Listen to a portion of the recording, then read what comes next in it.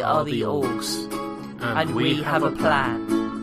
To watch all of Ron Moore's Battlestar Galactica. And drink beer.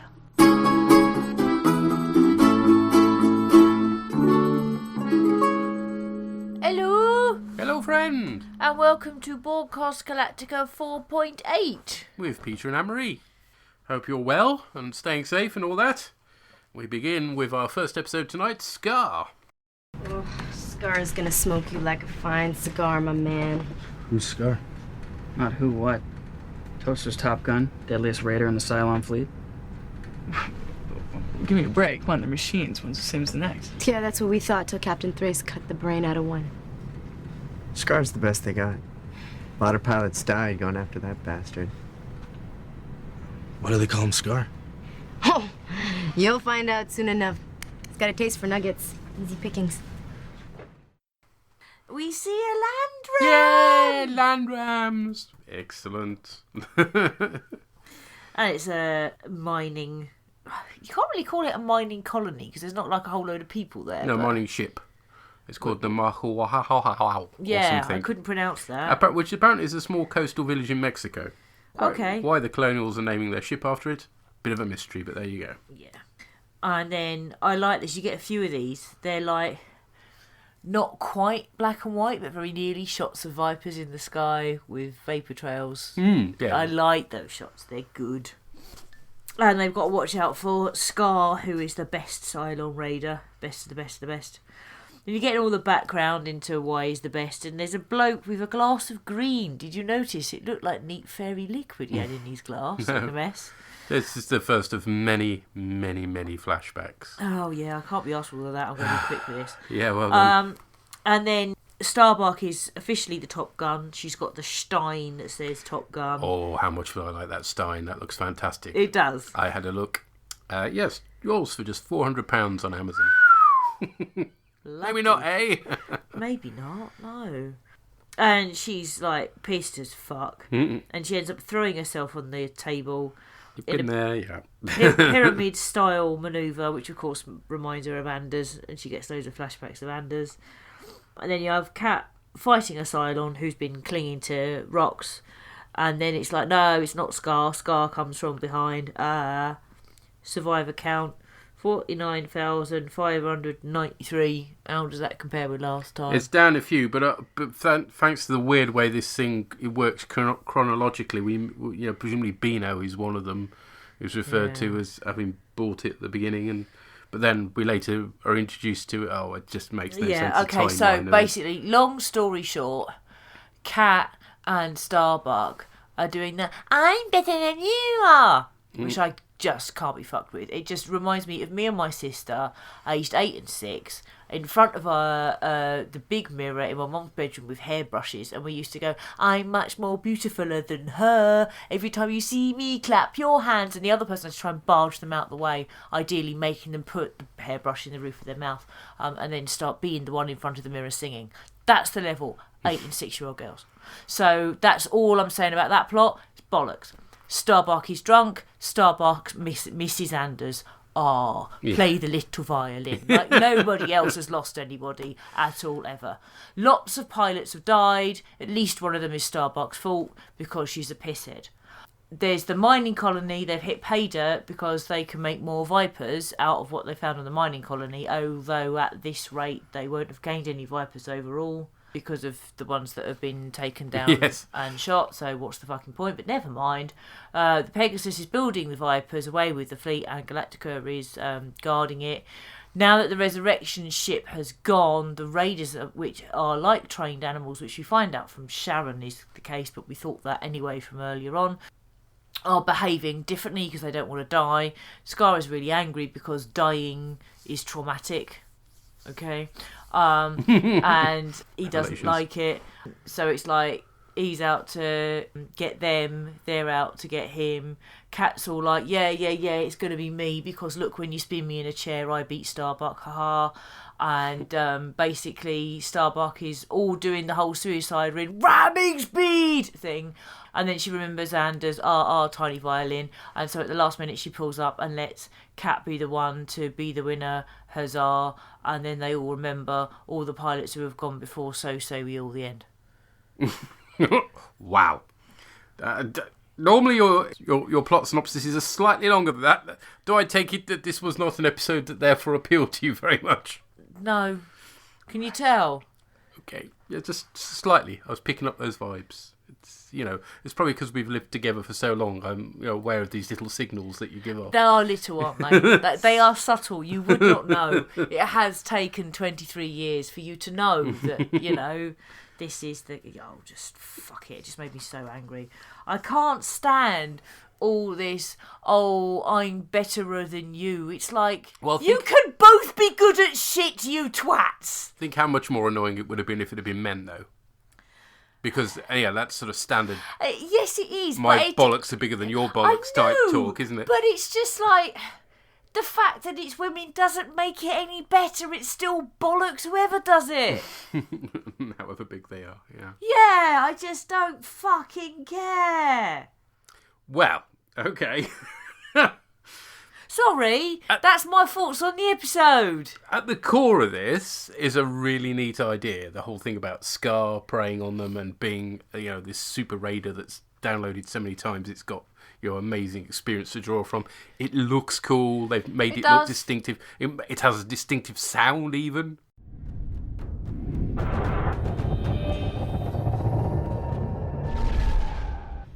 Which is really cool. But yes, you're right. The whiny Starbucks is just as annoying as whiny Apollo. Yeah. Unfortunately. And I guess this is real. I'm sure Ron would argue this is realistic and this is how these pilots would be. Doesn't make it much fun to watch, though, does it? No, I just want to slap them both. And I don't fucking care which one of them has the worst. sign. I mean, for me, the most annoying thing is the fact that you're constantly flashing back, then you're back to the current time, then you're flashing back. At one point, I lost track of whether we were flashing back or in the current time or not. When they have that battle that they're listening to in CNC, yeah. I wasn't sure if that was in the present or the past. I didn't fucking care. Yeah. So if they'd not jiggered around with the timeline, I would have been a lot more up for this episode, particularly considering... I mean, one of the reasons why they're doing it, unfortunately, the writers were told you can only have one dogfight. That's all they could afford or have the time for. So then they have to mix it around so they can reuse those dogfight shots, because, they're shown in flashback, in order to space the episode out, basically. But it does make it very annoying and slightly difficult to follow at times. Didn't bother me. I didn't have any problem following it. I just didn't fucking care. One of them kill the thing. Hooray, one of you has. Do I care who did? No. Oh, tiny violin, you missed someone. Everybody on Galactica fucking misses someone. Yeah. I thought it went a bit Empire Strikes Backy with going into the asteroid. No, it wasn't as good as that. Well, it wasn't as good as that, no. But that's what, there were those vibes. Actually, to be honest, it reminded me more of Firefox. Oh my gosh, okay. Actually, the design of the Vipers aren't a million miles away from the Firefox, are they? Yeah. Yeah, that's where my brain went. We had a toilet scene. Barbed wire bum, baby, be like me. We're gonna do the strain on the laboratory. Hey! So, Llama God will be happy anyway. Yeah. The only thing that I really took from this episode is at one point, Kat says to Starbuck, "You're an embarrassment." You're an embarrassment.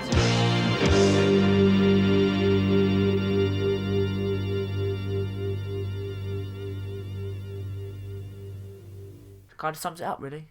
Okay. Interesting. It'd be fascinating to hear what other people think, because Ron Wolf's really pleased with this episode. Is he? Yeah. And he got the writers onto the commentary as well and was bigging them up. Oh. And they're like, yeah, we'd like to have had more dogfights, but you only let us have one. It's not good. It's like, just because men do shit and it's shit, it doesn't make it good when women do it. It's still shit. I thought Scar's death was nicely gory and satisfying. I liked the look of this episode. Mm-hmm.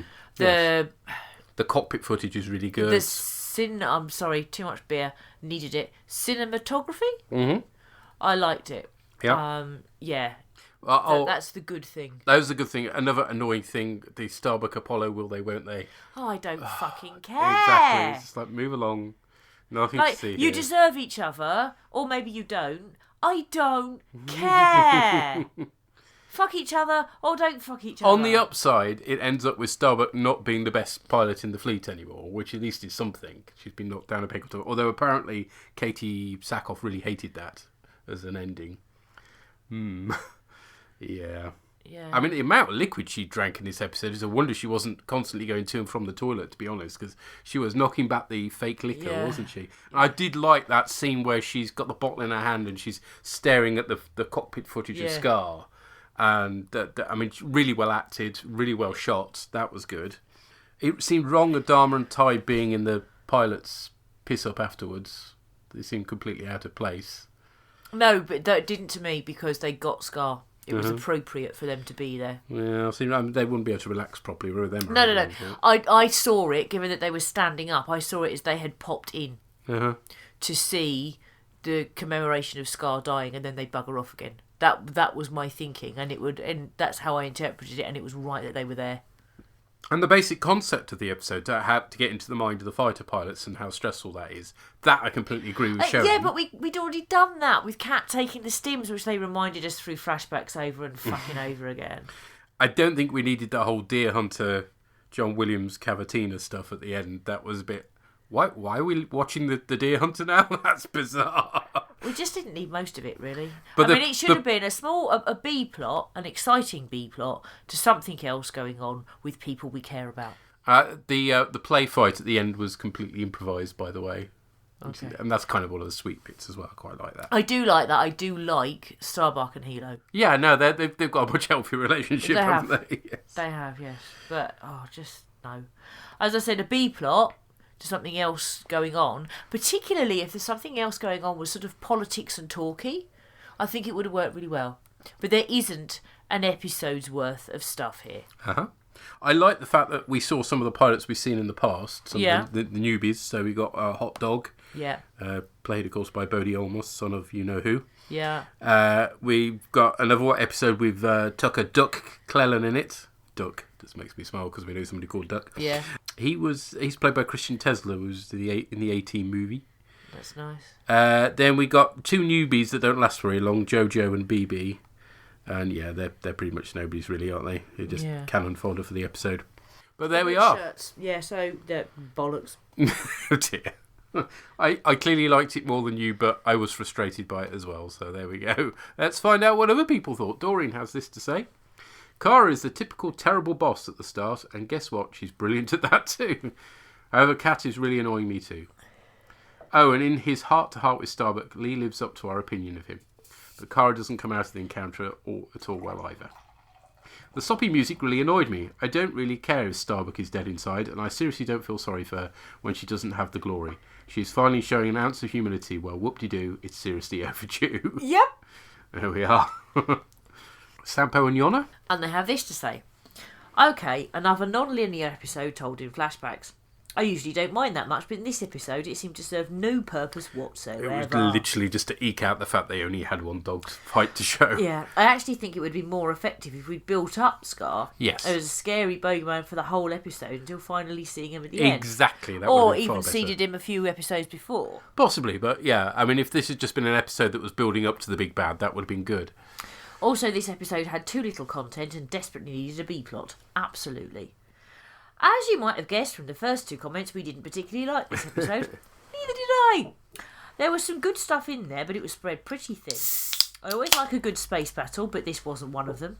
It did contain some pretty flying around asteroids, but the final game of chicken between Starbuck and Scar was so riddled with slow-mo and strange lighting, it just got tedious. Flashbacks. It didn't help we had to see most of it twice. Exactly. At least the Cylon Raiders are made to be scary again, for most of the episode, that is. The threat of Scar is lessened somewhat when at the end of the episode it has Starbuck in its sights for what feels like 5 minutes and doesn't hit her once.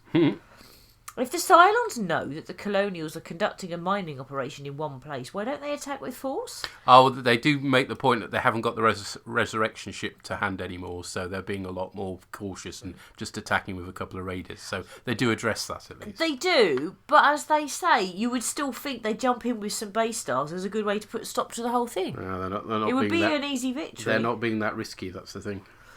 There was a really odd, almost sex scene with Apollo and Starbuck. And when the scene started, I actually thought it was good they appeared to be just friends, and then that went out the window.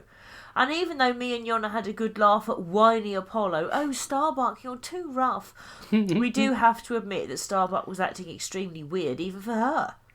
The rivalry between Starbuck and Kat was something that worked. They both have their share of problems and apparently two of the better pilots, so their rivalry is logical. Mm-hmm. And it didn't come out of nowhere like a lot of stuff. No, this is true. It was seeded, yeah.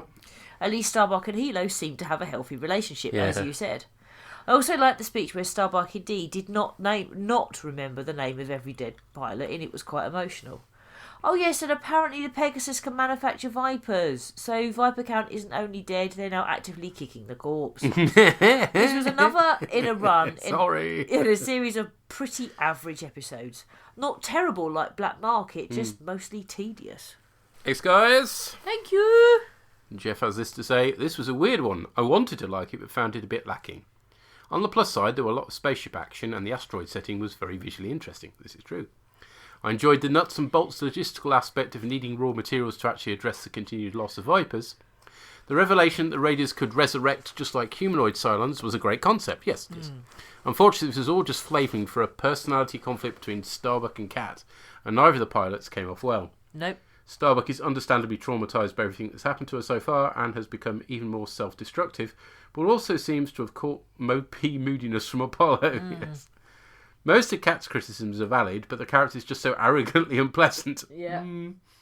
I might have found their rivalry more interesting had either of the characters been a tad more sympathetic. Oh, and they kind of went nuts with the non-linear storytelling in this one, didn't they just? Do you think everyone just sort of watched Pulp Fiction and thought, that's amazing, I have to do that? Yeah, that Pulp Fiction's got a lot to answer for on the non-linear storytelling. It was like, oh, that's a cool thing. Everybody do it. No. What did Parry make of this? Hello, orcs. Parry here to talk about Scar. The episode, not the baddie in The Lion King. Now, this one, I don't want to sound like I'm down on it, but I think, first time I remember watching this, I think it was absolutely excellent. Indeed, I really enjoyed it this time, but I think a few of the flaws stuck out to me that they maybe didn't previously, so I thought I'd get the flaws out of the way before I talk about what I like.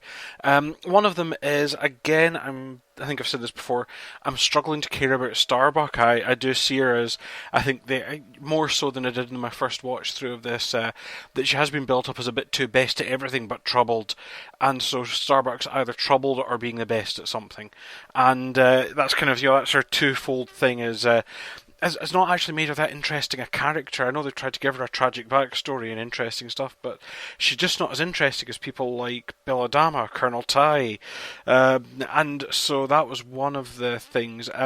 The other was, and one of the things is she's meant to be going a bit off her game, or at least that was the impression I got this time round, that she's meant to maybe not be as good because she's now obsessing over Anders, that she's not flying with that I might die tomorrow, who cares attitude.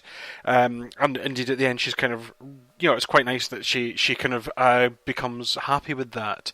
And indeed I quite like the scene bonding with Hilo just at the end. They do have something for the time they spent on Caprica together.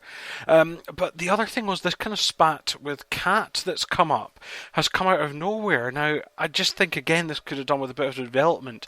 I think you're right. From last week you said it would be really useful if they had actually come up with a way of explaining that that time had passed between sort of the end of the Pegasus story and this, because as we are, she's someone who was, less than a few months ago in Showtime. I can't remember how much is meant to have passed between, the fall of the colonies and now, but basically for not long, she was someone who'd never flown a Viper, and she's now a rival ace to almost be as good as Starbuck, and it's kind of, really? okay, but they've also got this big beef, and they're constantly at each other. It's kind of like Top Gun with Iceman and Maverick, only different, and that sort of thing, and the way it kind of, the way it pans out is actually very good. But that sort of thing, it kind of came out of nowhere, and I think it could have done with some more development over the last few episodes. That said, the whole Iceman Maverick thing actually works quite well. One of the things I will credit this episode for is we took basically a big testosterone-fueled spat between two pilots and made them both women. And that's actually quite interesting. That's probably one of the more interesting things they've done, is taking this trope of, normally in this situation you would have two male pilots butting heads and arguing and getting into fights and calling each other names and running bets, and punching each other in briefing rooms and that sort of thing. And in this one, no, it's two women. I thought that was actually a really interesting thing. I also love the idea of the enemy ace and the fact that away from the resurrection ship it can't resurrect. So it is clearly a bit of a crazy one. But also the idea that Starbuck suddenly got the realization that every time she kills a Cylon, they're only just going to get better, because when and it was a nice juxtaposition between hearing that the Pegasus had manufactured its first Viper, and Ty indeed coming up kind of replace pilots, and that's kind of a sort of background running thing in the episode, which is quite cleverly woven in with the idea that every time they lose a pilot, they lose everything that pilot has. So they could manufacture Vipers till the cows come home. It's still going to take years, and indeed it reminds me a bit of what someone said about the Jem'Hadar in Deep Space Nine, that what's scary about them is how quickly they can produce new ones. And the space fights are always worthwhile. In fact, I really like the kind of cloudy asteroid field and the way things were emerging from like the light. It was a really nice setting, and it really kind of gave the place some good tension. The Lee Starbuck stuff I was fairly uninterested in, although they nearly bonked, then didn't.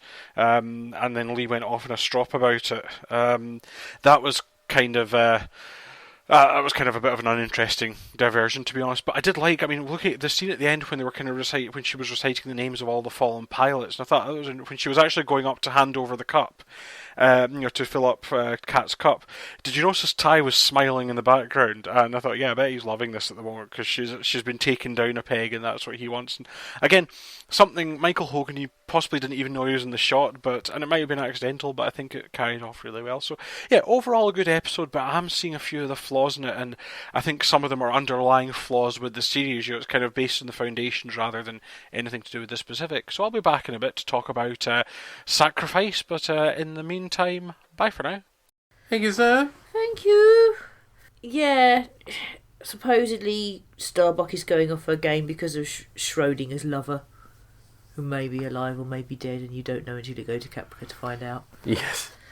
But the spat with Kat, for all my criticisms of this episode, it isn't out of nowhere. It has been seeded. It's true we don't know how much time has passed, and it would help to have some sort of barometer of that, I think. So we have to kind of guess. But no, it's not interesting to have two women be shit to each other and, we're really competitive. I don't care any more than I do if it's two men. It's just ultra competitive. I'll just both fuck off. But you're right. The concept that every time you kill a Cylon, it learns and gets better. They should have done more with that. They should have dwelt on that more, because that is a really good concept, and it's freaky, isn't it? If you think, if there hadn't been for the resurrection ship being taken out, they would have just learned from it. That is terrifying, and actually they should have made more of that. And they can't, like Ty says, they can't just replace the pilots, that quick.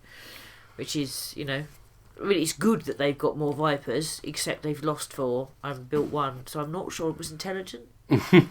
But anyway. Presumably they're mining enough to produce far more, but anyway. Yeah. But he clearly liked it. But he did see the failings in it as well, so. I reckon I'm going to be the only one. Well, no, that's not true. Sampo and Yona agreed with me, didn't they? No, everybody hasn't liked it up till now. There's not really been any. Purry has been about the most positive so far, and even he could see the failings. Oh, okay, fair enough. You think I'm not going to be on a limb then? Oh no. So far, in accordance with pretty much everybody else. So. Okay. Drew and Tracy, see if they liked it. There's a feedback for Scar. And what did you think of that one? Yeah, I thought that wasn't too bad at all. Not as depressing and that as the last couple of episodes. It was a little bit more, not exactly jolly or uplifting, but There was nothing... a bit more to it. There was nothing uplifting about this episode. I just thought it wasn't just relentlessly bleak. No, you know, but- it ended with him killing Scar and, Yeah, you know. and the ending was a little bit jolly. But Kira's obviously got some PTSD going on here. Yes. She's hopelessly clinging on to the fact that, I can't remember his name, Anders is alive somewhere and she can't get him out of his head. So she's now using Apollo in frustration. She's desperately becoming some kind of drunk. Every time she goes up in the air, she must be hanging like a motherfucker. I know. Which is absolutely outrageous. And in this episode, if I was...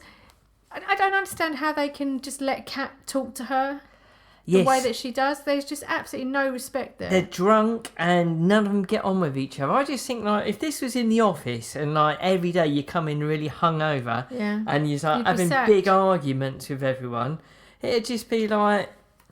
It wouldn't be a working environment, and they're like fighter pilots having to be the top of their game. Exactly. It's just like it's ridiculous. It gets isn't a bit silly. I think it's really sad with Boomer.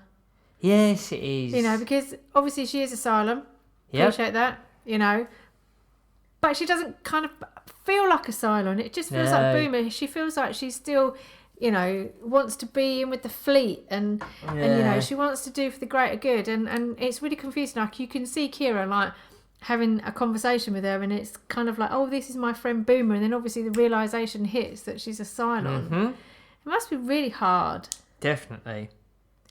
That bit where Starbuck and Scar were flying towards each other. Yeah. Like, first of all, about 3 times, like, it was the same thing. Because they kept cutting back and then cutting to it, like, go on, he's a machine, you know, he's not going to turn off. Like, that happened like 3 times. Plus, also, it was that horrible cliche of, like, they were flying towards each other for, like, about 10 minutes, wasn't they? Yeah, and she was, like, staring into space for about 4 of them. How far away were they? Exactly. They must have been, like, about 5 light years away from each other. Yeah, and why was Scar not shooting at... I mean, she was obviously, like, staring off into the distance or whatever and thinking about whatever. Yeah. I just thought that was a bit daft. It went on for too long. It did.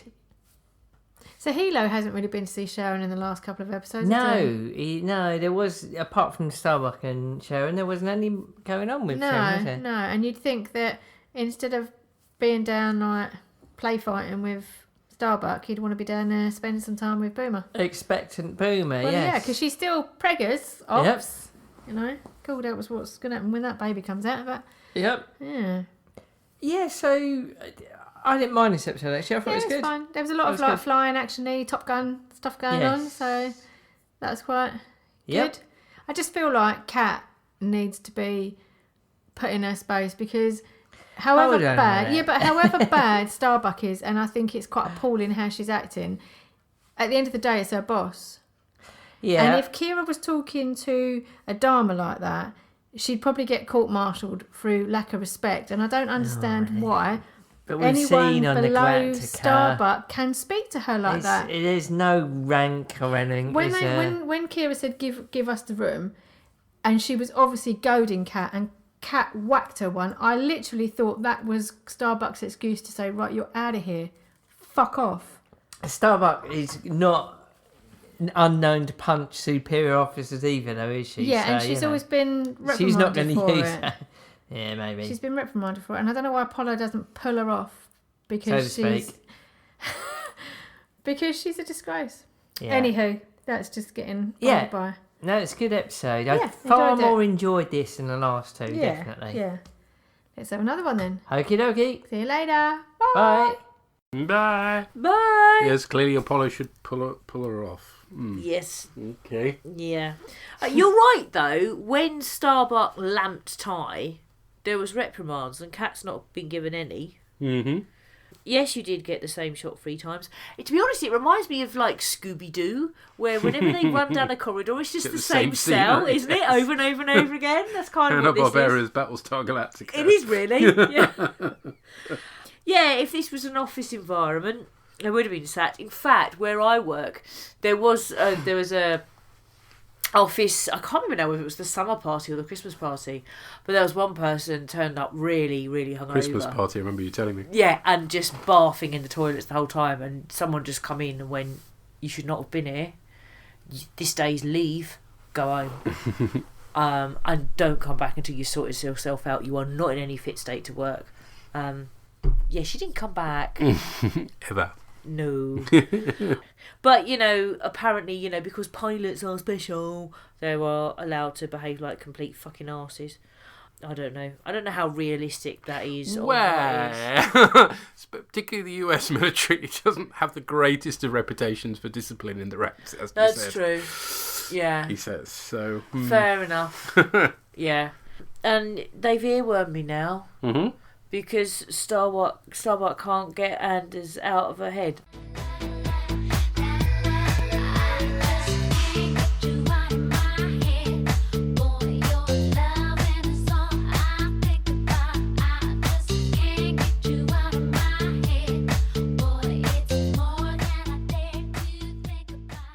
Oh, well, there we go.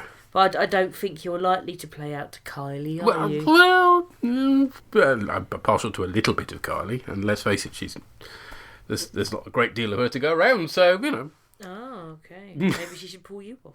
Well, indeed. Let's move swiftly on, shall we? Oh, dear. What did the llama god make of this? Now it's clear that both Kara and Apollo are as wet as Warthog's backside, which is fitting really in an episode featuring Scar and the fact that there's a cat, get that? There's a cat whose teeth and ambitions are bared.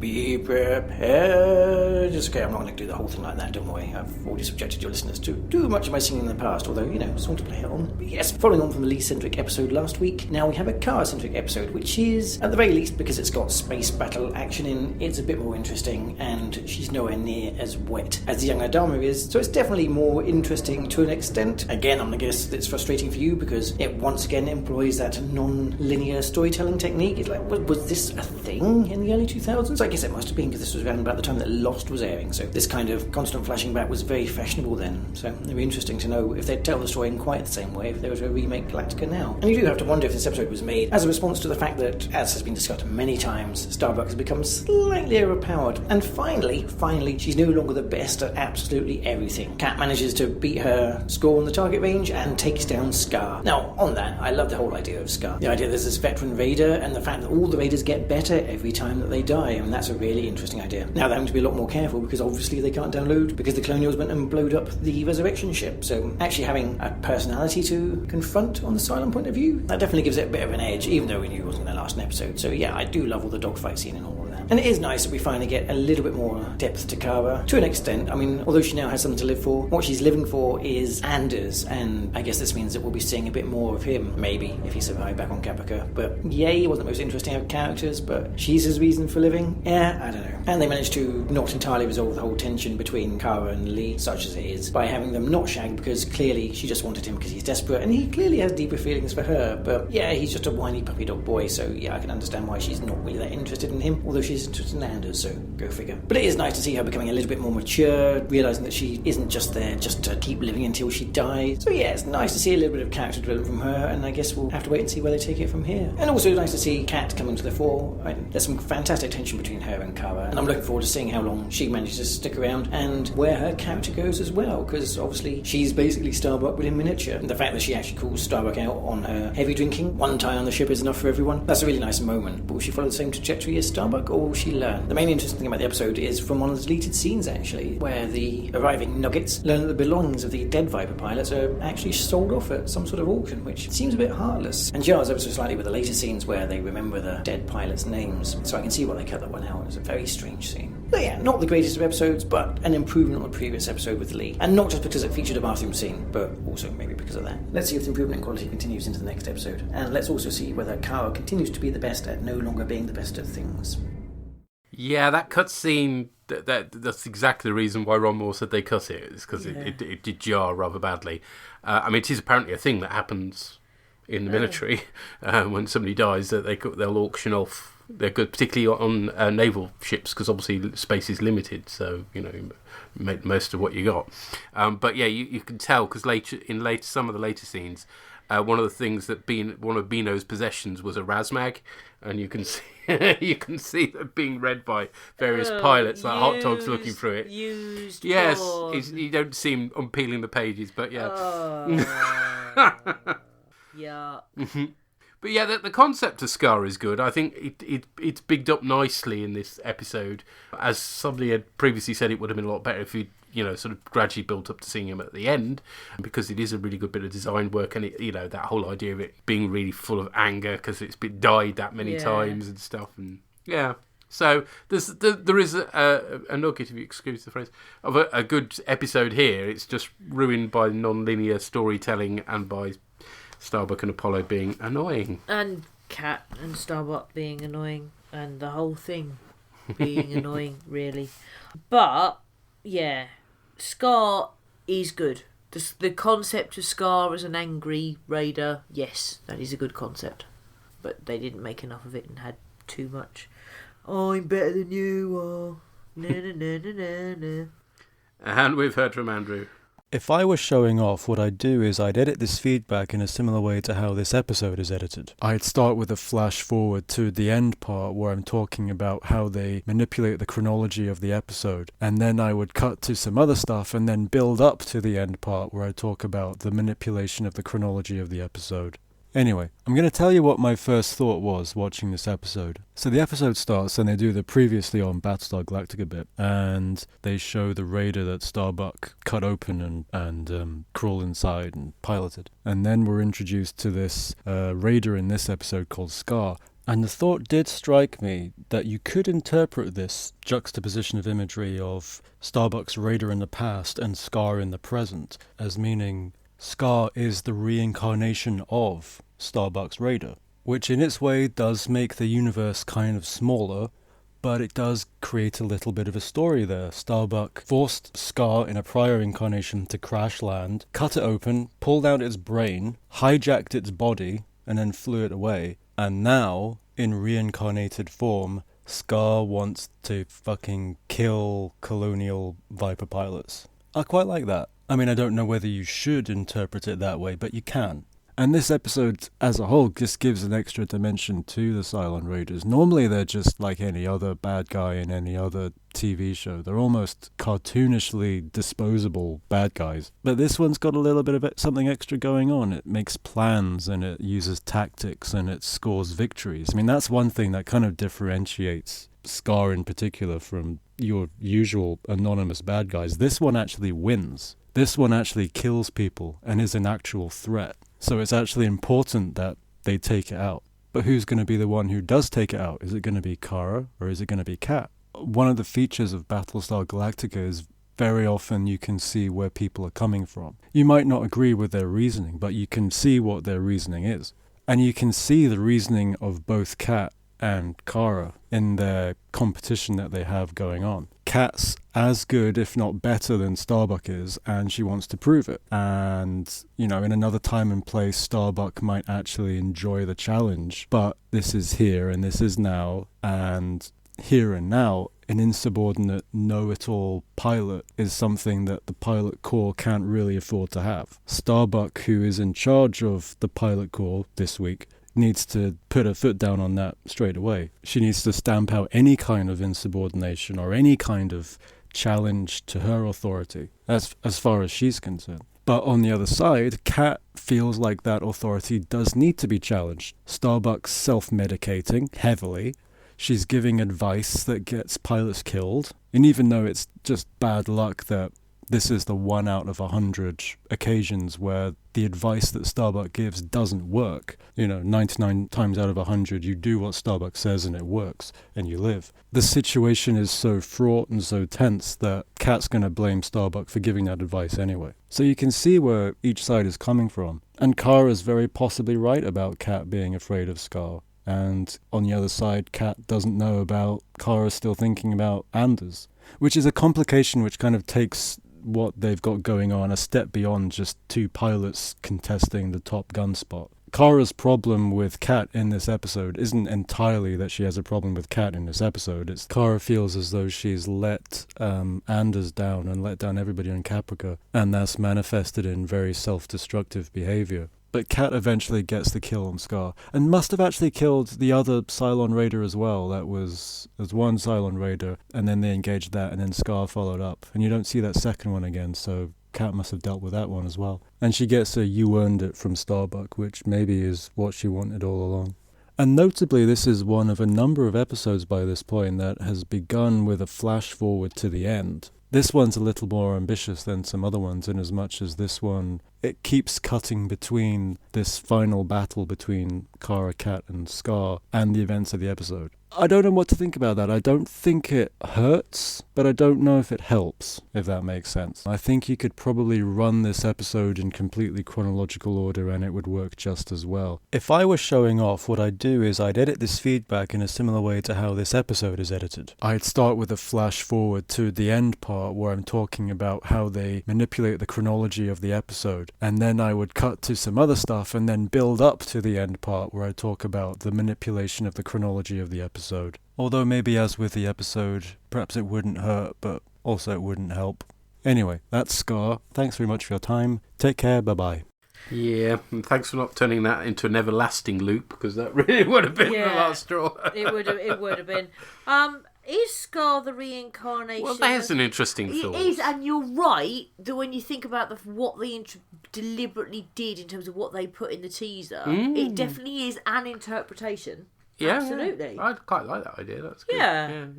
But yeah, Starbuck is not in charge because Apollo's sort of passing orders down to her. She's the one who's doing all the briefings, but Apollo's still the CAG because at one point she gets some of the stuff from Apollo wrong and Kat calls her out on it. So yeah, it's sort of, so Apollo's kind of being CAG but very hands-off CAG. It's very I don't know. A CAG, maybe. Yeah, CAG, skag, bag, fuck knows.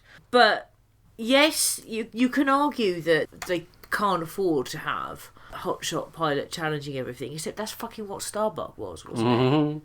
Yes, this is just Starbuck Mark II, isn't it? Yeah, again, don't like either of them. Interesting, at the beginning of the episode, Kat gives the same advice that Starbuck gives later on about not running. Yeah. And that's what Bino got wrong. So she's being two-faced about this all as well. They both are. Yeah. They're both idiots. Well, there we go. If there's nothing else we haven't learned today, it's that all the characters are idiots. But there we are. Sorry, I just really reacted against this one. Could you tell? Yes, slightly. Roll sacrifice. No sacrifice. No sacrifice. My name is Zesha Avenel. I've seized control of the Cloud 9 Lounge and held the people in it hostage. What do you want? What I want? This is not about what I want. The Colonial Fleet has become a Cylon-occupied territory. You are working in collusion with a Cylon agent, the very same model of the Cylon who tried to murder you, Admiral Adama, on your own ship. You want Sharon Valeri. You have 2 hours.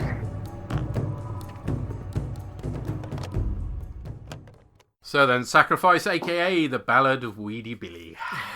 An episode to write Paul Campbell's character out due to his contract allowing him to be unavailable in order to film other series, which is a bit of a weakness, isn't it? There you go. Yeah. Originally, he was going to be groomed by Rosalind to take over from her. That was the character arc, but since the actor couldn't commit to appearing in enough stories, that had to be jettisoned. Wouldn't have worked. The way they'd written the character, I just don't think it would have worked. Apparently, it's kind of based on a film from 1975 called Dog Day Afternoon, but that's not a film we've seen. Although, I note the cast is really impressive in it. It's Al Pacino jobby, so I might try and track that down at some point. Yeah. We open with a woman working on a computer where even the windows have their corners cut off. I know. Just like, fuck's sake. I bet their fucking bog roll has no corners. We later find out she's called Sesha Abenel, and she's played by Dana Delaney, who provides the voice for Lois Lane in a lot of DC cartoons. Okay, I thought I recognised her face, though. She's also in a very late episode of Cheers. but nothing else really sprung out from her CV, I'm afraid. She's very good in this, playing a woman filled with anger and grief. She makes the role her own. I'm impressed with that. She has flashbacks because this is Battlestar Galactica after all. But here though, it makes sense. Yeah, it's understandable. Yes, it's about motivation. It's not, I'm going to give you a fuck off massive plot dump halfway through the episode you should have had before, and look, aren't I clever? So yes, we have her husband Ray getting sucked out, not like that, into space as a result of a Raider attack. There's nice effects for this as well, considering it's been a sort of throwaway, flashback scene. The actor who plays him was a regular in Howard's Way, apparently. Wow. Is that the sailing one? That's the sailing one, yes.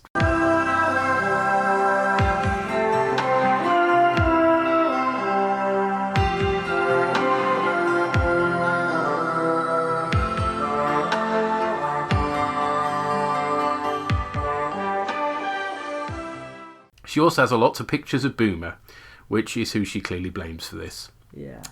The fact that they have Sharon on board Galactica is leaked to the rest of the fleet, and Adama is defending keeping her on for strategic info. Which makes sense. Yeah, you can see his point. Weedy Billy is putting the more negative view of the fleet more forcefully. As Roslin says afterwards, someone took their vitamin pills this morning. Yeah. He's clearly discovered his not-so-weedy side, and he goes on to propose to Dee. So you know from that moment on he's doomed. Yeah. And he's like, I've only got my, what is it he calls it? Debating ring or something. Debating ring, Fanar. Yes. It's shit. Yes. It's a really, really shitty ring. She says nope anyway. And Weedy Billy is left all sad. Oh. Get that little violin out again. Yeah. Poor Billy. Poor Billy. In a bar on Cloud 9, Dee is having dinner with Apollo, as she prefers Mopey to Weedy, apparently. I know. Ellen Ty walks in, because it's a bar. Yeah. And bumps into Sesha, who is working with some other armed dudes. They're all built like brick shithouses, led by someone with a neck the same size of his head, called Vincent. And we later find out he's Ray's brother. Ah. Originally, all this wasn't going to be happening on Cloud 9. It was going to be happening in a shuttle on the way to Cloud 9, which would have made the whole thing a lot more claustrophobic. Yeah, it would have done. But that was nixed for cost reasons. Apparently, it's cheaper to build a bar than it is the interior of a shuttle. Okay. Plus, I suspect then they couldn't really include a toilet scene, so, Oh, well, that's the problem. I mean, it's a fuck-off massive toilet as well. It is huge. The survivors count is down to 49,590. That's 3 down, presumably the pilots from Scar. Weedy Billy walks in on the lovely couple. Oh dear, awkward. Yeah. Apollo apologises to Billy. Well, it's a bit late for that, isn't it, really? Goes back to Ellen. Blimey, Charlie. He spots Sesha, whatever her name was, yes, has something dodgy on her and invites Ellen to join him in the bogs. And of course she thinks her luck is in. It just made me think of World's End, we'll always have the disabled. Yeah, God. We get a brand new swanky toilet set because clearly the one on Galactica is too basic, and the series loves its scenes in toilets. Oh, it does. It loves its fucking swanky toilets. I really think we should have now called this podcast Borgcast Galactica, but there we go. Yes, yeah. Sesha and her thick-necked associates close the bar off and draw their weapons. Adama's getting advice from Sharon. She's taken back to her cell, and Ty walks in saying he doesn't like the way she's gotten under his skin. I've got you under my skin. I've got you deep in the heart of me. So deep. There you go, you see. Back in the box, we see Ellen has actually got a steaming cocktail. Wow. Yeah. Which Apollo is planning. They just make me cough. I've tried them. Oh, right. They are a thing, are they? Oh, yeah. No, I've tried them before. Having dry ice in drinks is... Yeah. Okay. But I've had it. It sort of kind of goes up my nose, tickles my nose, then it makes me cough, and then I kind of cough the dry ice away. Then I don't enjoy the drinks so much anymore. Anyway, he's going to use it to set off the O2 alarm. Oh, fair enough. Meanwhile, she runs out and tells the hostage takers who her husband is, which may not have been the smartest move. Yeah, she's not that smart, though, is she? Exactly, this is Ellen, after all. Yeah. They use her to hail CNC, where we have a replacement for Dee, of course, who's not available. And this is Petty Officer Sean, who has been an extra in CNC since the miniseries. So yeah. Nice that they're using her and rewarding her with actual lines. Yeah, but also, as well, it's nice that... I know they always use the same people, partly because of what they're paying people and partly because, like, you need to give people things to do. But I always like it when you see someone else take a role and you've seen them before. Exactly. Like when they done it in Next Gen and you recognise them by their hair or whatever, you know? And up till now, of course, she's been a non-speaking role, so she'd just been a walk-on actor. So it's nice that they're actually rewarding her with this. So yeah. Yeah, I like it. One of the heaviest turns out to be even more weedy than Weedy Billy. We never find out his name in this piece, called Chew, apparently. Then Vincent sends a dude called Paige after Apollo instead, who is the spitting image of Jason Statham. I know, it looked like fucking Chev Chelios, didn't Yes, it? I didn't think much of Apollo's chances, but, you know, apparently this turns out to only be cosplay Chev Chelios, and Lee overpowers him. So, but an amazing twist to convenient fates, because all their senior pilots are off at the moment. Starbuck is also on leave on Cloud 9. Yeah, you'd think they'd have staggered downtime, wouldn't you? But never mind. Originally, we would have been told she was there because she was boinking someone. That's why she's got that rather pretty dress on, but there we are. I don't see Starbuck as someone who wears dresses. I really don't. Well, technically speaking, it's a blouse with trousers, isn't it? Yeah, for okay, fair enough. But it still looks a bit odd on her, but not as odd as she looks later on in those overalls. But anyway, we'll come to that. Yeah, never mind. She briefs a Hawaiian shirt wearing Marine, referred to as Oh, that Gunny. shirt is fucking terrible. John Nathan Turner style. It is, it's bad. He's played by Arian G. Griffiths, who was in a couple of episodes of The Expanse, playing a belter that ends up getting spaced. Apollo brings cosplay Chelios out of the bogs with a gun to his head and tries to negotiate with Sesha, who in turn threatens to shoot Dee. And with a drum on the soundtrack going mad, Apollo gives up. Then the O2 alarm that he placed the cocktail under finally goes off, and the hostage takers think they're having the oxygen cut off. In an impassioned speech, Sesha tells Adama he's being played by Sharon and demands a person to be sent to fix the oxygen. There's a great scene where Ty accuses his boss of mistaking the Cylon for the original Sharon. Originally, this was going to go as far as Ty pointing his weapon at Adama, but thankfully they realised that was rather out of character in terms of their long-standing friendship and respect for each other, so he goes as far as he can do. Yeah. Starbuck decides she's going to pretend to be the best oxygen system repairer in the fleet. But what does she look like in those overalls? Who's she fooling, really? Anyway, it all goes to Smeg as she opens fire, shooting cosplay Chev Chelios, and a nice touch for someone who's usually portrayed as superhumanly good at everything, she manages to shoot Apollo as well, before then having to retreat. Hooray! Fail. There are some really well-framed and lit shots of Adama talking to Sharon. Olmos is such a wonderful face with his kind of noir look. Yeah. Rosalind rightly echoes Ty in telling Adama they can't give in to terrorists. Yep. But to up the tension, Sesha threatens to shoot Ellen and Weedy Billy. Adama offers to hand over a dead Sharon, saying Abinell has convinced him that he's being played. Cut the wire, he says. What does that mean? Well, Ron Moore doesn't know either. Apparently, that was just improvised by Olmos and more like the tension it added without realising, knowing what it meant. So it's in as a result. And then the penny dropped what he was planning to do, and I'd completely forgotten to do this. This is a nice twist, this. No, I actually wrote down wrong Sharon. Yes, Gromit. Yes, because he hands over the rather already dead Sharon. Sesha puts a couple of bullets in the corpse, but then Vincent realises his dead Sharon has been dead for rather longer than it should have been. Not so Weedy Billy acts to protect Dee, shooting Vincent but getting shot himself, and the Marines arrive, killing all the hostage takers. Now, I meant to look out for this and missed it, but some of the shots of the Marines were actually from Bastille Day. And you can see the cages behind them where the prisoners were in. Oh, okay. But I forgot to look for that the second time, but there we go. We have yet another scene of Adama standing over the dead Sharon. What? How many times does he need to do this, for heaven's sake? It's so become creepy. A ritual with him, isn't it? Oh, it has, isn't it? Rosalind berates him for taking such a risk, leading to Billy's death, and really good performance from her as she's grieving over Billy. We have Dee at Lee's bedside. Oh, joys. And Starbuck looking on, so I guess that we're moving on to this love triangle now that Billy's gone. Yay. This side of Galactica seems so soap opera-y, and this is a side I have no interest in whatsoever. And we finish with a nice arty shot looking down on Sharon. The camera sort of spinning around in an interesting fashion, filming a very sort of Apocalypse Now, actually. Expect to see a fan in the ceiling. Yeah. This was directed by Reynaldo Villalobos, and it looks fantastic. It's got really moody looking shots peppered amongst the action, which is really well done as well, to be fair. But, I mean, interestingly, Moore is very down on this episode in the commentary.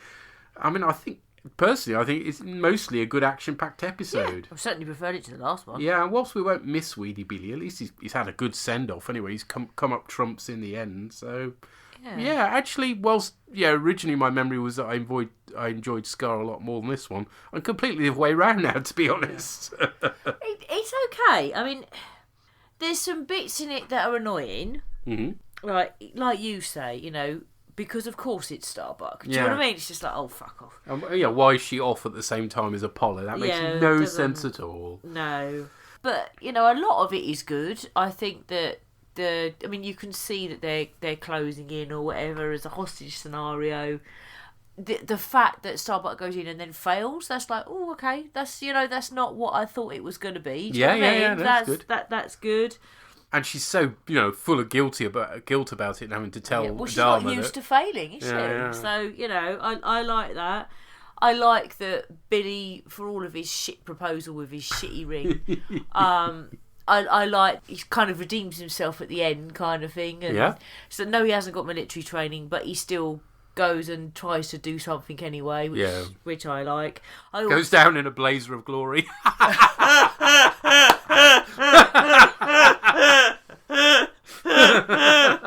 That was the only thing that distracted me all the way through. Yeah, he seemed to be dressed as a cosplay Alan Partridge. All the way. Yeah, okay. So that did slightly rob him of any dignity he may have had in his death, but there you are. And I like the whole thing about, Rosalind's like, well, Billy's the closest thing I got to family, he's there, but you don't negotiate with terrorists. Absolutely, you bloody don't, because it just opens the door to even more of them, so... And, okay, the moment he went, yeah, I'll give you Sharon's body, I was like, yeah, you're going to give the other one. But... fair enough. I mean, that's a good play. He had the body spare. But I asked you at the time when we watched it, why has he still got that body? Weird. Well, I don't think we want to know. We don't want to know. Storage space is at a premium. I mean, initially storing it for investigation because it's asylum. Oh yeah, fair and enough. you can see she's all but been to have cut it up after in order all for this them to time. investigate. It's just Yeah. And then I'll get earwormed again because when Rosalind is collapsing, she says to Billy, "You were so young," and my brain just went, "So young, so young. Let's chase the dragon home." Oh right, okay. One of those sort of whinier Britpop songs. Suede, I think. Yes. Yeah, but. Definitely, I prefer it to the other one. I think as well that, to be honest, I'd kind of assumed that everyone knew that Galactica had Sharon.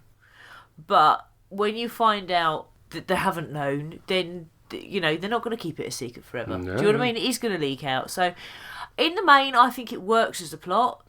They don't fuck around with it and go, oh, look, we're interesting, the middle is the start.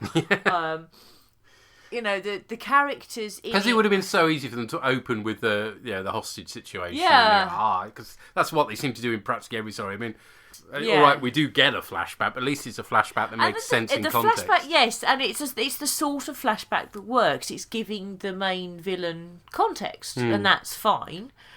They have massively oversized loos. What the fuck? But, there you go. And there's Starbuck being there at the same time ought not to happen. But other than that, I think in the main it's well done as a hostage scenario, and I like the fact that Starbuck doesn't succeed. Mm-hmm. That's good. I like that Billy gets his redemption. I like that Ellen Ty clearly knows better and then he's fucking useless because that's just her. That fits. So in the main, I think this is good. I wouldn't say it was great or brilliant, but I think this is good. I enjoyed it. Good. Well, let's find out what other people thought. And Doreen says, okay, more scenes in the toilet. Oh, sorry, make that the washrooms. That was an episode. There was a fair bit of action. Mm-hmm. I have no other comments at this time. All right. Fair enough, though. Yeah. Thank you. Thank you. Sampo and Yona have this to say.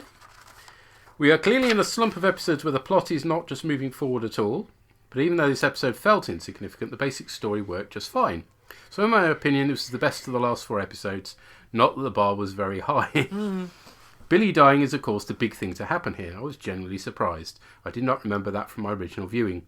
Billy has always been a very sympathetic character, but now that we started thinking about it, we realised he really didn't have anything to do during the show. He did disappear for long periods, partly because he was doing pilots for other series, but yeah. Of course, he was sort of the bedrock for Roslyn, and that is something that should not be downplayed. The basic story of the episode is just fine, your basic hostage story, but now it seems that in addition to the pro-Cylon movement, we have now seen there is an anti-Cylon movement as well who think the military is colluding with the Cylons. I think Adama should lock the two groups in a room until only one comes out. Lee is fine for once and does his job perfectly well, using the fancy drink to fool the oxygen sensors in a clever idea. Yeah, but then when he takes a fucking hostage, he wimps out. We also see Ellen for a first time in what seems like ages, although she really doesn't do much in this episode. Starbuck seems to be doing a lot better than in the last episode. Really? Although shooting Lee seems to shove her into a downward spiral again. I know some people, possibly some feedbackers to this podcast, to whom shooting Lee would have had the opposite effect. Yeah. Cheers. Yeah. Some of the meat of the episode comes from Adama's relationship to Sharon. Although she's clearly an asset, it's not really clear to anybody, including Adama himself, what the real reason for him protecting her is. Adama and Roslyn both have the basic "we don't negotiate with terrorists" plan in the beginning, but Roslyn for some reason changes her mind pretty quickly. I guess she won't waste any opportunity to kill a Cylon when one is presented to her on a silver platter. Duala does not show her best side in this episode. Yeah, this is true actually. Her relationship to Lee and Billy has been pretty confusing to us, and now it appears that it's just as confusing to the three of them. Yeah. She also does not seem to mourn over Billy at all. Not quite true, she's all sobbing over him, but yeah. Too bad that the Colonials also seem to mainly believe in monogamy. Life would be a lot simpler for Duala and Ellen as well. Oh God, particularly Ellen, blimey. If the moral code was not copied from our culture. This episode was just fine, but following a slump of less than good episodes, it's really starting to feel like this season is about half a dozen episodes too long. Funny enough, that's kind of what Ron Moore felt as well, but there you go. Because aside from Billy's death, nothing really of consequence happened. Come on, BSG, start to get better. Here we are. Well, who knows? Because I can't remember the next ones at all, so... That's not true. I remember the second of the ones we're covering next time, and I remember that being really interesting. So. Yeah. I think you're right. I mean, this is the best of the most recent ones. Yeah. And there have been some shit ones. I think this is good. It's not more than good, but for me, this is And as they point out, it really only serves the purpose of writing Billy out. Yeah. There's nothing else that we gain from this, particularly beyond the fact that it's underlining that Starbuck is no longer the best at everything. Yeah. Which they wouldn't have to do if they hadn't made it the best of everything in the first place. Yeah, but again, that was kind of written in because of the original series. Yeah, I suppose. But yeah, I mean, overall, it's good, I think. Mm-hmm. I like it. We've heard from Jeff, and he writes, "This was the standard television episode template, hostage situation. Despite the tired premise, it did do some interesting things with it. Most notable was beautifully subverting the Starbuck is the best at everything trope that's been developing. It was good to see the writers letting Kara fail, but I'm not sure having her and accidentally shoot Lee was too much. So not only do we have the Peace with Cylons at any cost dissident group acting in the fleet, but also this Revenge on the Cylons at any cost group? Speaking of Cylons, Sharon's been used well in both episodes.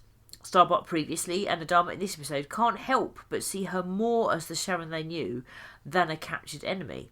And it was very interesting when Adama pushed her and she revealed she'd only go so far to help them. I guess she even had me fooled, as I assumed she was totally in with the humans now. Dana Delaney is always fantastic, though I wish she would have been used better. Revenge-obsessed, obvious one-shot character was a real waste. Finally, Billy. Poor Billy. His death was so foreshadowed, I was already worried for it. The moment he proposes, he's like, he's dead. Yeah. I was always worried from the moment he started talking to Adama. Then he went and proposed. What a terrible idea. I guess the actor was finally in a pilot that got picked up. The silly 70s pop hit "Billy Don't Be a Hero" by Paper Lace was running through my head at multiple points. Now, I don't know what that is. Billy, don't be a hero. Don't be a fool with your life. Billy, don't be a hero. Come back and make me your wife. That has to be our play out tune. I'm sorry, but yes, I'd forgotten that song, but yeah. Yeah. I'm not sure if it made it big over in the UK, so I might be the only one. No. It was in the charts on these shores, definitely. When you started, I didn't know it from the name, but when you started singing it, I started recognising it. So yeah. And he says, "Thanks again for the entertainment in these difficult times. You did me a great service with your Easter special. Hopefully at not too great a cost to yourselves." Oh, right. I'm glad you enjoyed that. Bit of craziness. We were very, very drunk. We had to be. Bloody hell, that was a film. Thank you. Hey, y'all. Right. What did Andrew make of this one?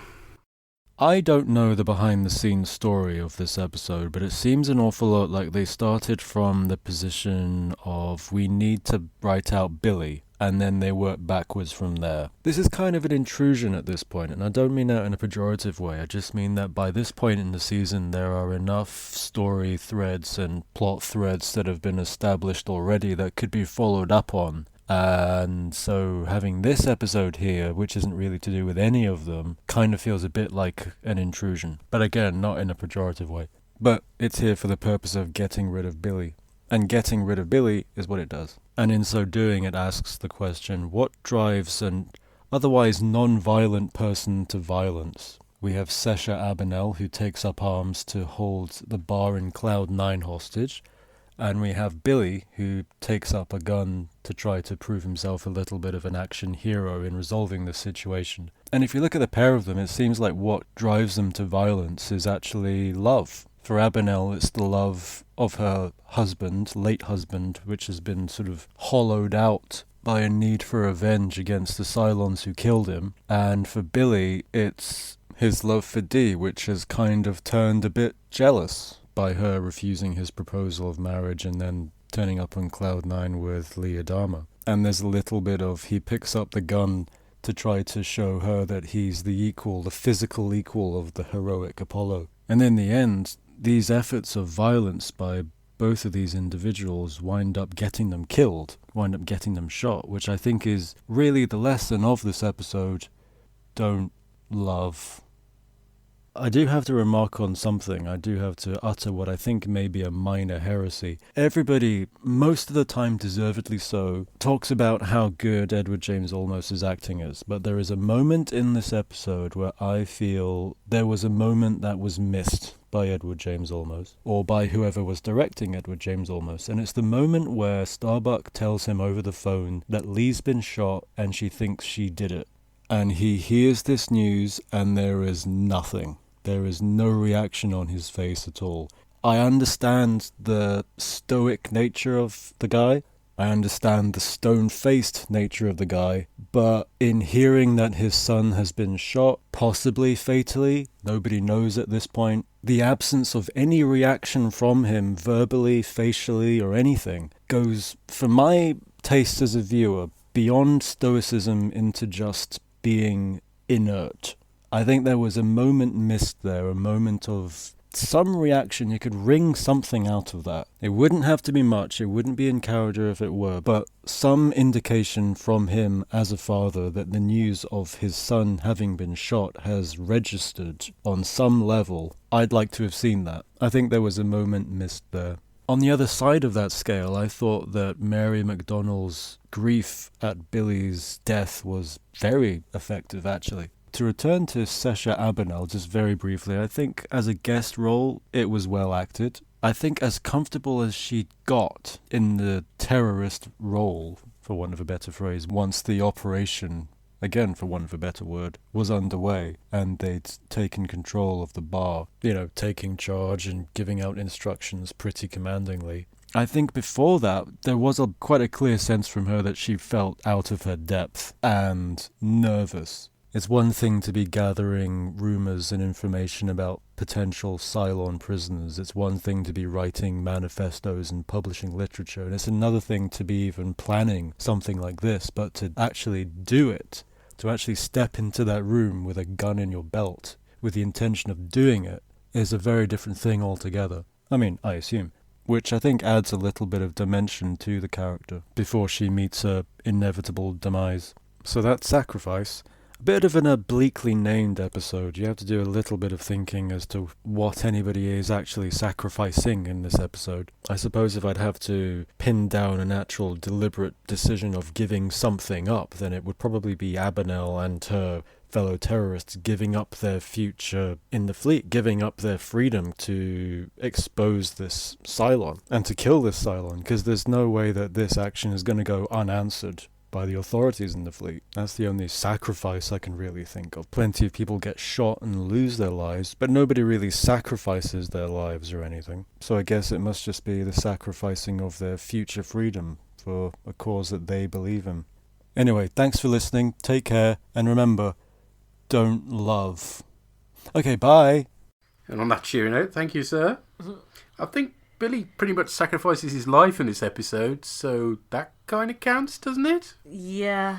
And as for Adama not showing any reaction, you watch his lips. Yeah. You see him bite those lips. He does a lip bitey, Yeah. very minor lip trembly. Yeah.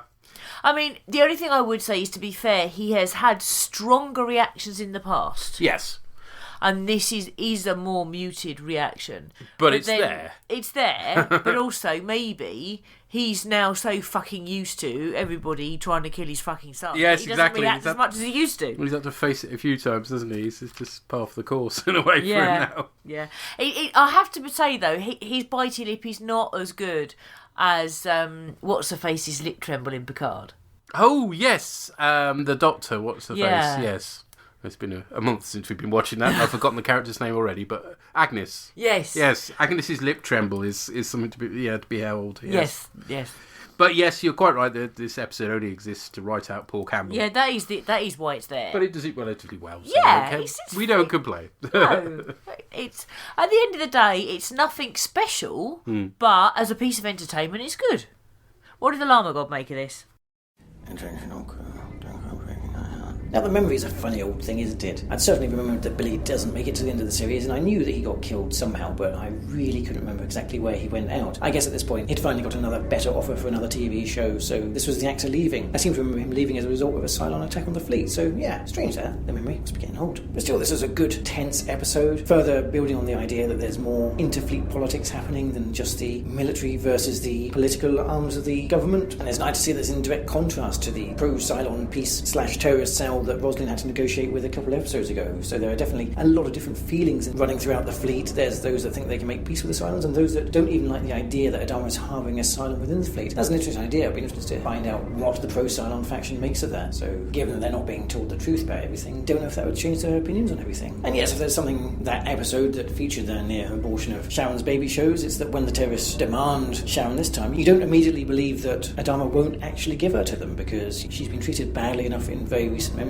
even though there's the whole don't negotiate with the terrorists thing, that they would just go ahead and do it anyway because it would solve a lot of their problems. Of course, that said, I did obviously see they're going to use the other Sharon's corpse ploy coming, and wasn't at all surprised when they ended up doing that. That's why they've been keeping her around. Although you do have to wonder why they didn't actually put any makeup on her to look like she's a bit more fresh. I mean, how stupid did Adama think those people were? Very clearly. And if not for that, Billy would still be alive. The main consequence of this really is what it's going to do to Rosalind's character, because now she's without her trusted confidant. He was the one that she was really happy to see when they arrived on Kobol way back at the start of the season. So now that she's lost both the priestess and Billy, who's she actually going to turn to? Will she and Adama come closer, or will she turn away from him? So yeah, that's going to be some developments over the upcoming weeks, I'm sure. Some nice motivations all throughout the episode. It's nice to see Lee actually being competent when the crisis starts, and nice to see that his plans are all undone by Ellen being quite incompetent. In fact, she behaves exactly as you'd expect in the crisis. She immediately tries to bargain her way out of it. But yeah, she's learned this time that doesn't really work. Will she apply this lesson in the future? I don't know. And Lee has another near-death experience. So the big question there really is he going to be even more whiny and sulky as a consequence of this? Possibly, because just as you're getting things together with Dee, her ex goes and dies, and I mean, she clearly felt bad enough for turning his proposal down, but now he's gone and died saving her, so yeah, that's definitely going to throw a spanner in their relationship as well, I'm fairly sure. So they all get to move around for a bit, gazing moodily at each other from across the corridors. Even Starbuck had to give something of a look to Lee. He's like, what is going on here, and can you sort it all out, please? I mean, this is very much a case of there aren't plenty more fish in the sea, because there's a very small pool you're swimming with at the moment, or something. The analogy doesn't really work there, does it? But yeah, the general thread, the hostage takers, what's going to happen, yeah, that was nice and tense, and I liked Lee's whole idea of trying to fool the oxygen sensor. So yeah, a definite improvement. The only possible downside is the fallout and how the characters are going to react to this in future episodes. But that's for future episodes. As to the usual watches, Cylon Watch, again, apart from the fact that we learned that Cylon's dying and being downloaded is painful, so that gives something of an insight to their psyche, and that maybe that's why they're not quite as reckless as you'd think. We do learn how the fleet think about them. You know, they're obviously divided. There's people who want peace, there's people who want nothing to do with them, and then there's the military and political views on them as well. But again, no actual motivations from the Cylons or any idea what their ongoing plan actually is. And in terms of Pregnancy Watch, yes, Sharon's showing still not particularly much, and it looked a bit smaller than last time, but I guess that's TV and that's how they tend to do things. So yeah, not a lot to report on there really. And definitely given the break we've had, given that if I put my face to Joe's belly, I can quite happily get punched in the face by our scraplet, then yeah, he's definitely way behind where we are now. So yes, general upswing in quality in these 2 episodes, and I'm looking forward to hearing what everyone else has made of this. I'm hoping that everyone's keeping safe and sane in these times, and that everyone is well. I look forward to hearing from you all by your podcast. Thank you, sir. Thank you. Mind that CO2 sensor. Yep. Yeah, it's interesting, isn't it, that there's several people have made the point now that we've got this second group of terrorists who are completely opposite the last lot. They make far more sense than the peacenik ones do, don't they? So, yeah. But quite often you do have terrorists on opposing sides, though, don't you? Well, there's obviously a variety of opinion within the fleet. Yeah. Some slightly saner than others. And yeah, they could have done something to make the corpse look a bit more fresh. Yes. I don't know what, really, with those big scars. Perhaps put clothes on it? I don't know. Oh, yeah, something like that. And could they not have had her embalmed? I don't know. I'm not dwelling on why Adama has kept his corpse around for so long. Yeah, we don't want to know, and, do we? No. Several times he's sat there by the side of it and he's gone... At times he's even talked to it. It's God, no. No. No, let's not go there. Anyway. What did Drew and Tracy make of this? So that was Sacrifice. Yes. And what did we think of that one then? Yeah, it's an enjoyable episode. That was action-packed. Tension-filled. Tension-filled, yeah, that was quite tensioned. Can I just talk about Billy? I know. So Billy comes into his A game. Yep. He starts getting all like ballsy. Yep. So he's like being the aide that he should be to the Prez that she's wanted all along. And he's like, he's getting in there. He's like bigging it up with Dee. She fucking lets him down. That was quite hard to watch. And then, they're on cloud 9. Yep. Sees him with, Apollo. And it's all a bit tense. And then we lose him. That was just... Yeah.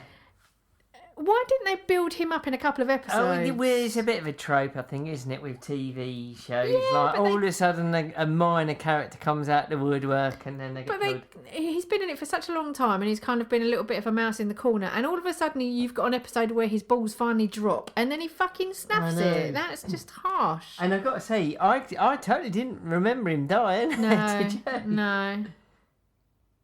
So at first I thought Dee was only kind of... being with Billy to kind of make Apollo jealous. Oh, okay. And when Billy proposed to her, I was like, you are using him. And then actually, when they're on cloud 9, there is something going on then between Apollo and Dee, because you didn't kind of really see that. You was a bit like, she's being a bit of a bitch here. She is a bitch. No, she's not. I just think she's someone who is in the middle of a bit of a triangle there, and she's doesn't know what she wants, does she? I think she likes both of them. But the last doesn't know which episode one you she likes saw... more. Maybe she likes Apollo more. She doesn't want to let down Billy. It's difficult. The last episode you saw, she was really with Billy. Yeah. And then she's... I'm not saying what she's doing is 100% correct. I'm just saying sometimes it's not easy to navigate through these kind of relationships. Indeed.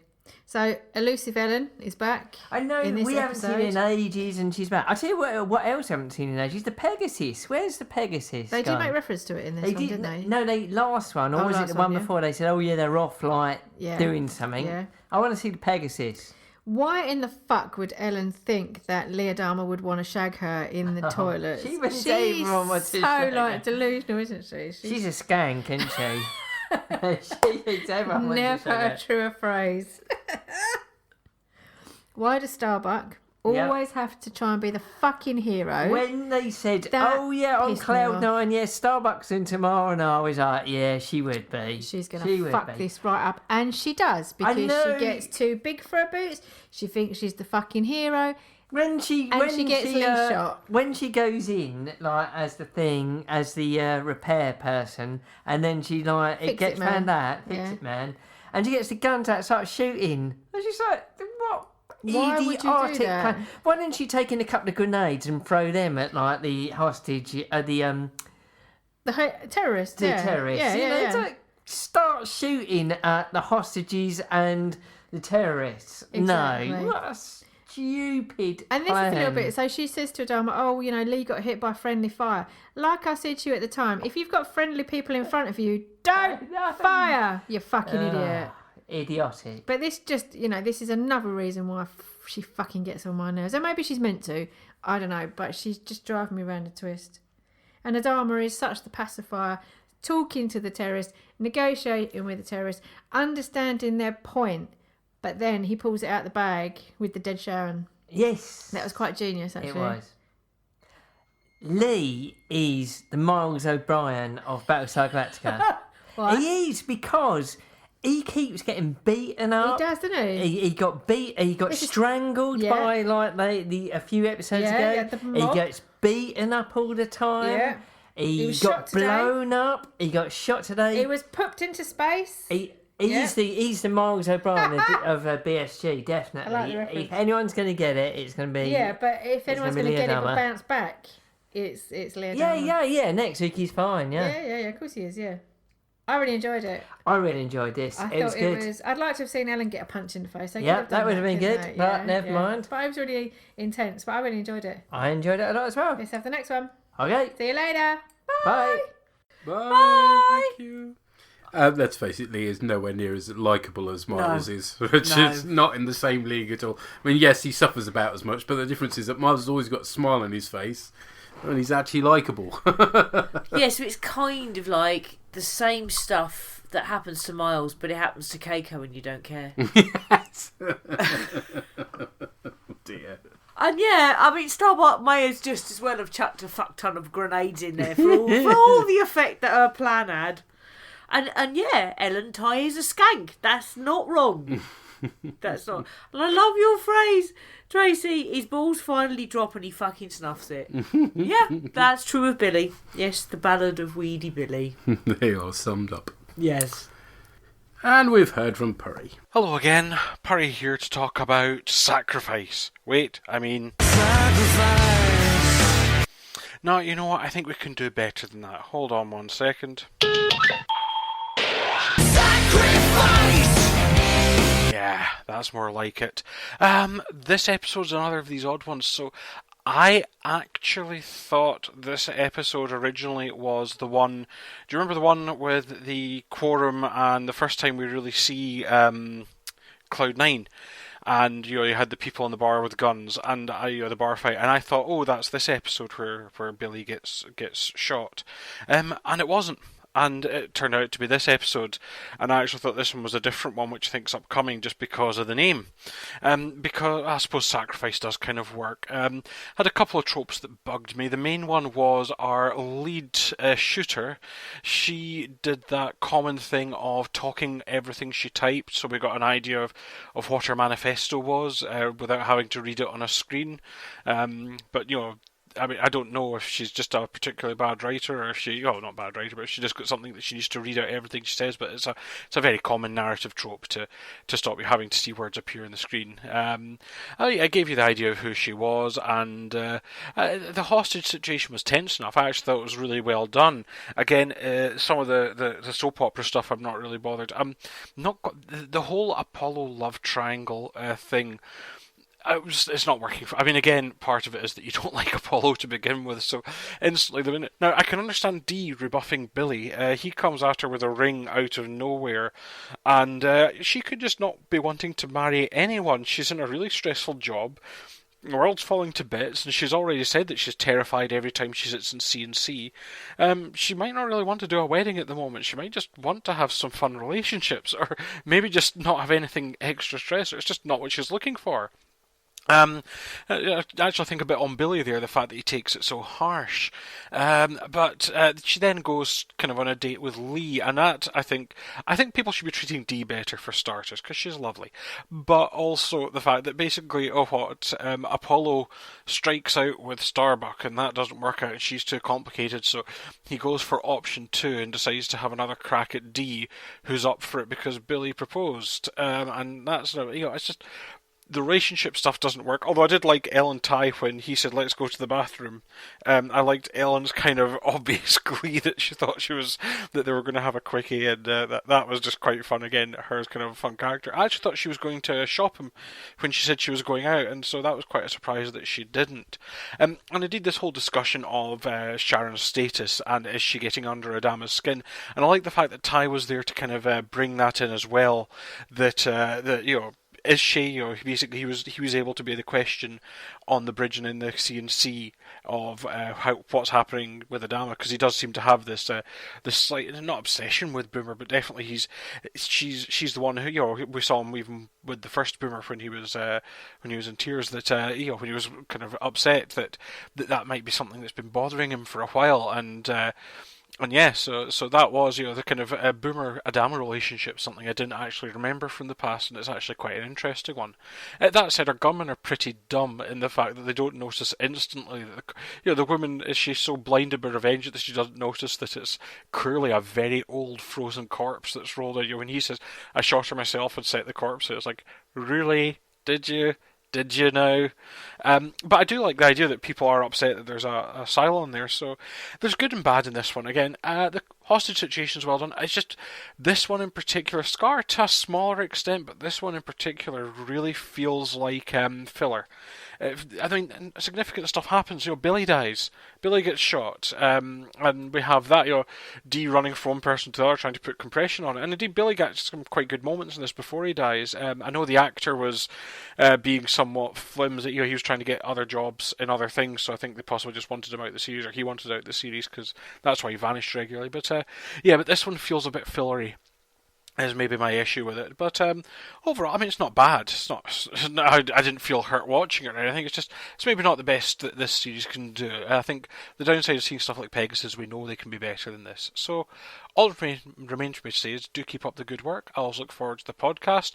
And everyone, you guys and everyone out there who's part of the feedbacking group, do keep safe, and hopefully we all get to escape from our houses at some point. Actually, I quite like being indoors, but anyway, so keep safe everyone, and I'll hopefully be back for the next episodes. Until then, bye for now. Bye sir, thank you. Bye, thank you. That talking as typing thing, I always presumed it was an inner monologue. Yeah, except it clearly isn't here, because she's talking out loud, so it would have been better if you'd not seen a mouth move, because that's what I think when I hear a voice and someone is typing. I always presume it's their inner monologue. But maybe she has to talk as she types. Maybe.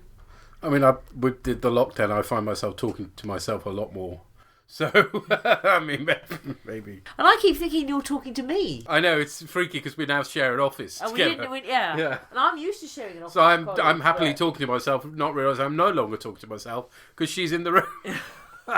So it's all a bit complicated, really. But it is a bit, but never mind. In terms of Apollo having another crack at Dee because Starbuck, I was I think that Drew was right, that Dee is just confused and probably just doesn't want to get married. End of. Oh, they're all confused. But Apollo's just a cunt anyway. Like, Dee, you can do better. There's a frog. Have the frog instead of Apollo. Just anything is better than him. Right, no, mental images I didn't need. Sorry, I don't know why it was the first thing to come to mind, but it was for some reason. But yeah, actually, I was surprised that Ty didn't shop Apollo. When Ellen comes out and she's like, oh, this is who my commander is, I then expected to follow that up with, and by the way, you've got some dude in the bogs who's hiding. And she didn't do that, and it did surprise me. Yeah. But overall, I think this is it's not, earth-shattering by any means, but I think it's a good episode. Yes, definitely. Yes. Right, well, next time, recording on the 1st of May. There we are, May Day. We shall be covering the episode Captain's Hand. Sorry. Euphemism. And and Downloaded, which is the one I remember being really good, because we start to see things from the Cylon side of things a bit more on that one. So I'm looking forward to that one. I hope that won't disappoint. But there we are. Excellent. Well, thank you to everybody who's fed back. Thank you. And yes, do all stay safe, and we'll catch you next time. So say we orcs. So say we orcs.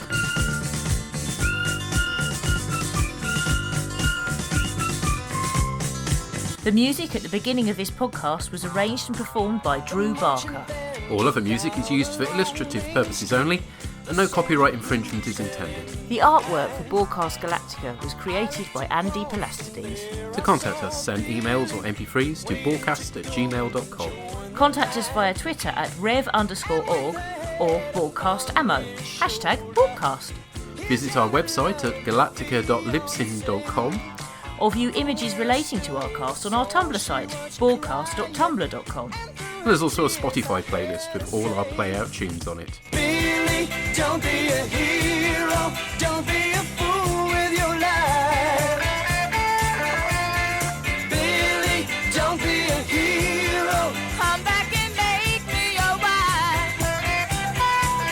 And as Billy started to go, she said, keep your pretty head low. Billy, don't be a hero. Come back to me.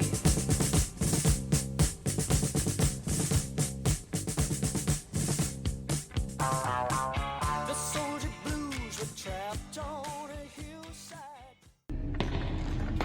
Shut it down! By your command.